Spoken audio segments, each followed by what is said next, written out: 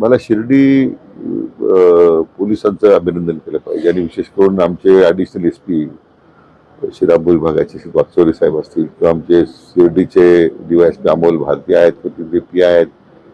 तर हा प्रकार त्याने उघडकीस आणला पहिल्यांदा गुन्हा त्यावर शिर्डीत नोंदला गेला आणि तो तिथनं मग चक्र फिरायला लागली. नंतर मग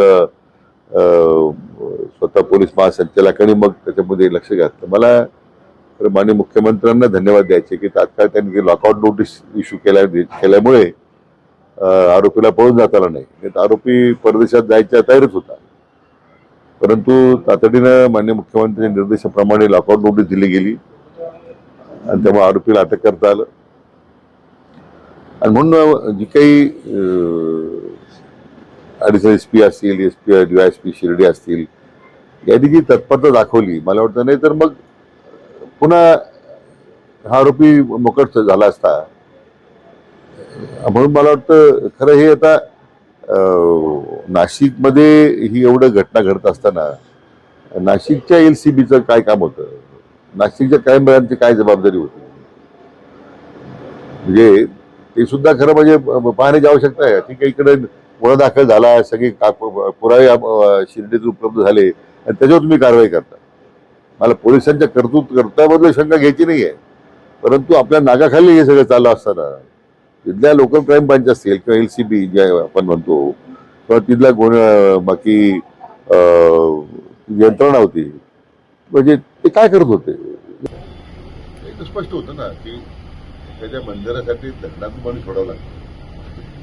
2020 साली दारणा धरणात पाणी सोडलं, म्हणजे किती उच्चपदस्थ लोक जे आहेत त्यांच्या किती संपर्कात होते आणि त्यांचे बाकी कसे लागेबांधे होते, अतिशय गुन्हास्पद प्रकारे सगळं आता तो समोर येतोय.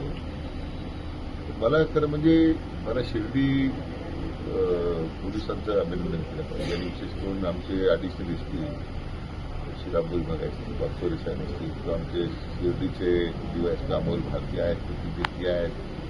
तर हा प्रकार त्याने उघडकीस आणला पहिल्यांदा गुन्हा त्यावर शिर्डीत नोंदला गेला आणि तो तिथनं मग चक्र फिरायला लागली. नंतर मग स्वतः पोलीस महासंचालकांनी मग त्याच्यामध्ये लक्ष घातलं. मला तर माननीय मुख्यमंत्र्यांना धन्यवाद द्यायचे की तात्काळ त्यांनी लॉकआउट नोटीस इश्यू केल्यामुळे आरोपीला पळून जाता आला नाही. आरोपी परदेशात जायच्या तयारीत होता, परंतु तातडीनं माननीय मुख्यमंत्र्यांच्या निर्देशाप्रमाणे लॉकआउट नोटीस दिली गेली आणि त्यामुळे आरोपीला अटक करता आलं. आणि म्हणून जी काही ॲडिशनल एसपी असतील, एसपी डीवायएसपी शिर्डी असतील, यांनी जी तत्परता दाखवली मला वाटतं, नाही तर मग पुन्हा हा आरोपी मोकट झाला असता. म्हणून मला वाटतं खरं हे आता नाशिकमध्ये ही एवढं घटना घडत असताना नाशिकच्या LCBचं काय काम होतं, नाशिकच्या क्राईम ब्रँचची काय जबाबदारी होती, म्हणजे ते सुद्धा खरं म्हणजे पाहण्याची आवश्यकता आहे. ठीक आहे, इकडे गुन्हा दाखल झाला, सगळे पुरावे शिर्डीत उपलब्ध झाले आणि त्याच्यावर तुम्ही कारवाई करता. मला पोलिसांच्या कर्तव्याबद्दल शंका घ्यायची नाहीये, परंतु आपल्या नागाखाली हे सगळं चालू असताना तिथल्या लोकल क्राईम ब्रांच असतील किंवा LCB जे आपण म्हणतो किंवा तिथल्या बाकी यंत्रणा होती, म्हणजे ते काय करत होते याचं मला कधी आश्चर्य वाटतं.